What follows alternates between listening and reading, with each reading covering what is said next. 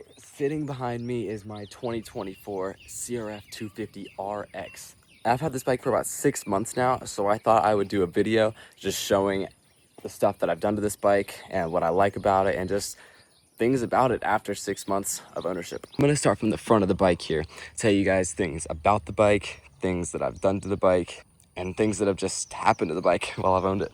At the front here, let's go to the other side. It has a little rotor cover. Yeah, I'll start with the front brakes here.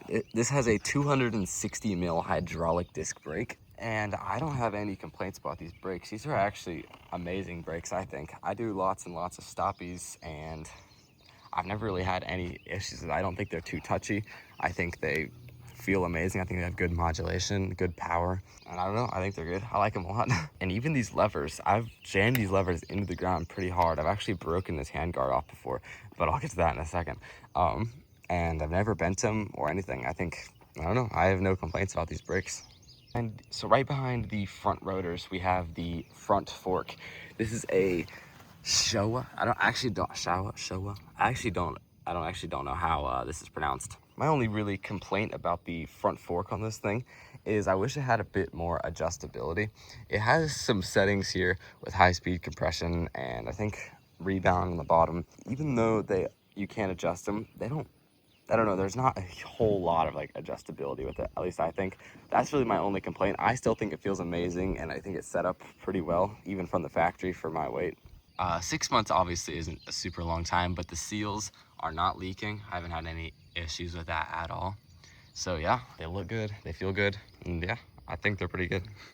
So back up to the handlebars. These are actually one of the only modifications I've done to it. I've gotten some new grips because my old ones were just getting a little worn out. Got some of these little grip donuts, American flag. They're a little stained up, but I think they match the bike pretty cool. But back to what I was saying about the handguard that I broke off. I will put the clip in now of me crashing last time it was snowing. And I was going off a jump, just fell over and just broke this thing right off. But it didn't completely break. It just pulled the screw like through the hole here. So I just put a washer on it.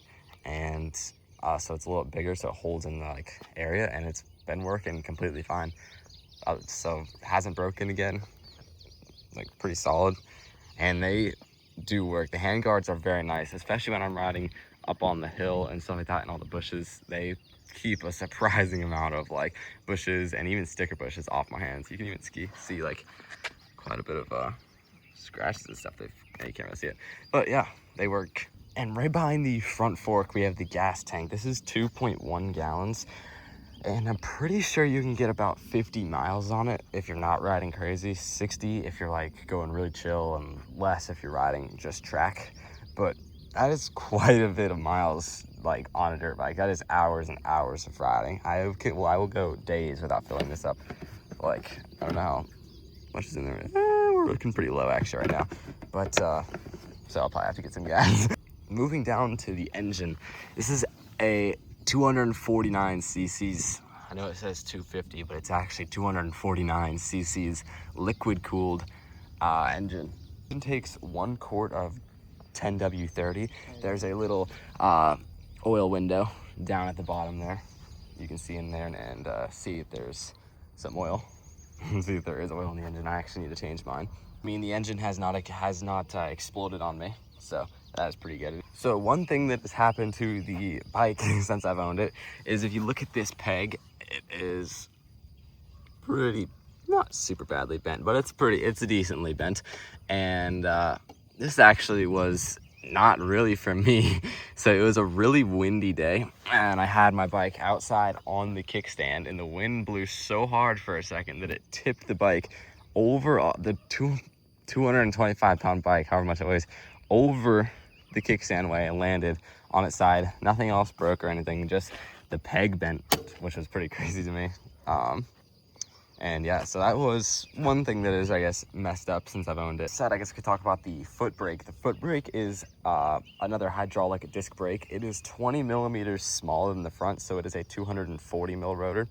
I appreciate the foot brake just as much as the front brake. I think it has great modulation. It's not too touchy.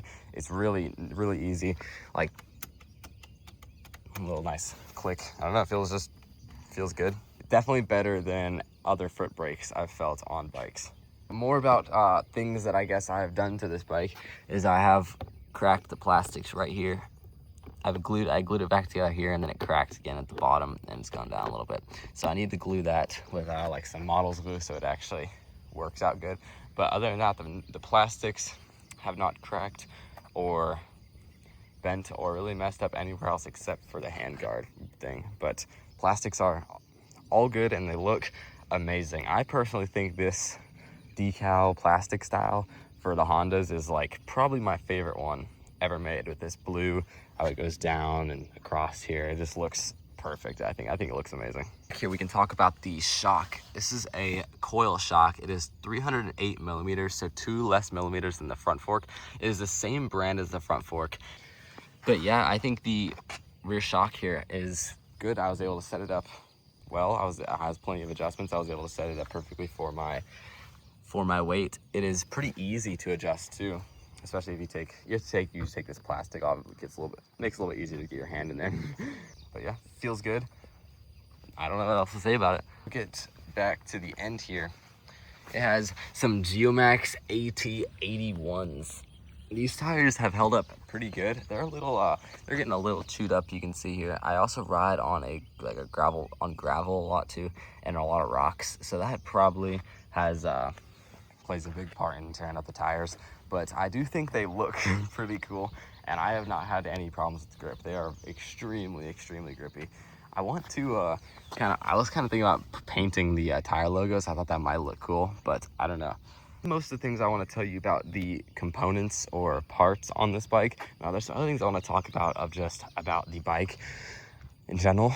I guess it kind of is the components, but mostly the difference between the RX here and just a R. So I feel like, I don't know if a lot of people probably don't actually know the biggest differences. There's a bit more differences than I'll tell, but I'll tell you the main ones real fast. So the main differences is the rear tire on RX models, 250s. They are an inch smaller and a bit wider. Like the tire itself is a bit wider. It has a bigger gas tank. So I'm sure you noticed how this one sticks up, which our models, they don't have any of this. This doesn't stick up. It's a little titanium tank that sits flat with the plastics here, which is only 1 gallon, I think, which is a lot less than this. And probably my favorite feature about the RX model is the kickstand. I honestly don't know what I'd do if I didn't have this kickstand, because I don't ride tracks and stuff like that. I'm riding in the woods a lot, sitting down, taking photos, getting on my bike, moving branches and whatnot. And the kickstand it's so helpful. You don't not always having to put it on the stand. I have it on a stand right now, but that's kind of just to look cool for the video. But yeah, kickstand, tire, gas tank, and the suspension is, I'm pretty sure, a bit softer than the race models for big impacts on racetracks and stuff like that. So it's a bit softer on these trail models. And also the RX models come with handguards. So yeah, that is the biggest main differences. I'm pretty sure there's some other little ones, but yeah, that's pretty much all the biggest main differences. Getting up here to the controls, this has obviously right here is the kill switch. This is the power button to start the engine, and this button right here, this little blue button, it'll glow. It glows whenever, or the light turns on here, whenever the bike's on. But this light can show you, it'll flash orange or glow orange when it has a check engine light. Pressing this while you're in neutral can change the power modes. It has a power mode 1 to 3. How you can tell is this will blink a blue light once for power mode 1, 2 for power mode 2, and 3 for power mode 3. None of these power modes change the difference in overall power, RPMs, or anything like that. All it does is change the pretty much throttle response and like low end power. It's actually something about how much gas it gives the bike at low ends, but 1 is the best all around in the middle, between you get a good throttle like response and not too touchy. 2 and power mode 2 is actually the smoothest. It'll be the least touchy coming off a line. The smoothest, best for like slippery or conditions where you're having a hard time getting traction. So off low end, it'll be a bit harder to spin your tires. And engine mode 3, which will blink 3 times, is the most aggressive mode. It'll give the engine the most gas and the most aggressive feeling, the most aggressive snappy feeling throttle response. That is made for, I guess, more conditions like tracks or just grippier conditions. I usually run it in 1, but that's just because that's the mode I just run it in, I guess. It's no, like, I think I can feel a difference between 2 and 3 because that's the least mode and the hardest mode. But even then, it's not a super big difference, but there is a difference. This button has other functions too. This little fun button here can activate launch control, which is super cool for a dirt bike in my opinion. So while you're in neutral, if you hold it for, I think 2 or 3 seconds, it'll, this light will come on, and then you can pull the clutch, put it down into first gear, and then rev it. And you can also select the RPM level you want to rev at, but I've never actually done that before. I've only ever used the launch control like once, and you just hold it and you'd rev it, and it would, if you guys have ever seen launch control before, it holds your RPMs at a certain point, so you don't have to pretty much do it yourself. It holds your RPMs at a lower point to gain more traction coming off the line, and the traction control automatically goes off whenever you switch into 4th gear or after about 6 seconds, I'm pretty sure. So yeah, I don't really use it that much. I'm also not a racer. I'm more of a casual rider. Racers might use this, but yeah, it's there if you ever need it. It's a super cool feature in my opinion. But yeah, I don't know what else to say about the bike. I love this dirt bike. It is definitely my favorite dirt bike I've owned. It is awesome looking, awesome feeling. Yeah, I don't know what else to say. Its suspension's great. If anybody's looking to get a 250, I would highly recommend these Hondas, and I do think they're probably the best looking too, in my opinion. The red, white, and blue, just you can't go wrong with it. So yeah, I hope you guys enjoyed that video. A little 6-month update on my CRF250RX. I wanted to make this video because I actually get fairly a lot of questions from people that I know about this bike. Pretty much a lot of times when I see people, they'll ask me about the dirt bike. So I thought I would make video about it, and I love it. People seem to like it too. So yeah, if anybody's looking to get one of these bikes and you're watching this video, I would highly recommend getting it. You definitely will not regret it. I hope you guys enjoyed the video, and I'll see you guys next time.